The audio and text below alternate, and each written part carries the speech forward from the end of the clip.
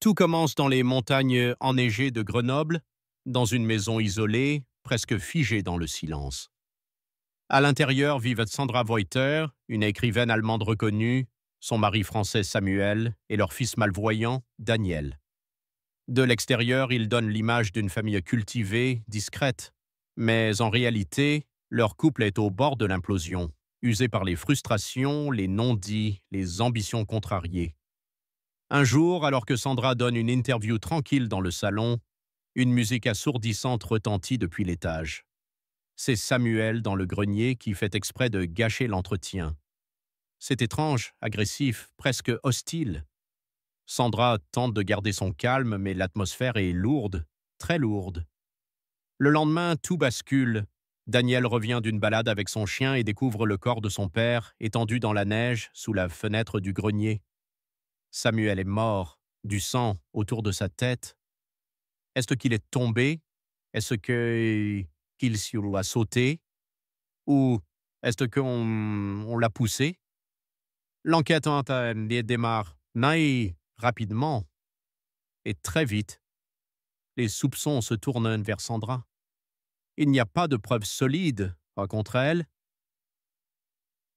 mais il n'y en a pas non plus qui l'innocentent complètement. Elle est arrêtée et le procès fait la une dans toute la France. Une écrivaine célèbre accusée d'avoir tué son mari, forcément ça fascine. Au tribunal, sa vie entière est passée au peigne fin. On analyse ses romans, ses choix de vie, sa personnalité.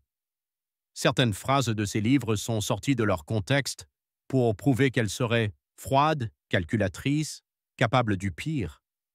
On parle de sa réussite, de la jalousie de Samuel, de ses aventures extra-conjugales. Peu à peu, ce n'est plus juste un procès pour meurtre. C'est un procès sur ce qu'elle est en tant que femme, en tant qu'artiste, en tant que mère. Mais le cœur du procès, c'est Daniel. C'est lui le seul témoin. Il vit avec le poids de ce drame, avec la douleur, le doute. Il veut comprendre. Et il sait que tout ce qu'il dira pourra changer le sort de sa mère. Mais il n'a que 13 ans et il ne se souvient pas de tout. Ou alors, il ne sait plus quoi croire. Est-ce qu'il a vraiment entendu une dispute ce jour-là? Est-ce que sa mère a déjà levé la main sur son père? Ou est-ce que Samuel allait déjà mal, au point de mettre fin à ses jours? Quand Daniel est appelé à la barre, c'est bouleversant. Il est fragile, perdu. Ce n'est plus seulement un témoin. C'est un enfant, au milieu d'un champ de bataille. Petit à petit, à travers les flashbacks, on découvre un couple à bout, étouffé par la routine, par les désillusions. Samuel se sentait diminué, écrasé par la réussite de Sandra, et elle se sentait abandonnée, incomprise, seule. Mais malgré tout ce qu'on apprend, la vérité reste floue. Est-ce qu'elle l'a poussé? Est-ce qu'il a sauté? On ne sait pas, et c'est justement ça qui rend l'histoire si prenante. Le doute est partout. Et la justice doit trancher malgré tout. Le verdict tombe. Sandra est déclarée non coupable. Mais il n'y a pas de soulagement, pas de joie, juste un vide, une fatigue. Parce qu'au fond, ce procès n'a pas vraiment répondu à la question essentielle: qu'est-ce qui s'est vraiment passé? Daniel est là, toujours marqué par ce qu'il a vu, entendu et peut-être imaginé.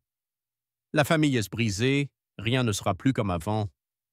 Anatomie d'une chute, ce n'est pas juste un film de procès, c'est une plongée intime dans les blessures invisibles d'un couple. Un film sur la mémoire, sur le doute, sur les choses qu'on ne dit jamais tout haut. Et quand le générique arrive, on reste là, troublé. Parce que parfois, ce n'est pas le quoi qui compte, mais le pourquoi. Si vous avez aimé la vidéo, n'oubliez pas de laisser un like. Abonnez-vous et activez les notifications pour découvrir encore plus de secrets sur les films et les séries. On se retrouve dans la prochaine vidéo.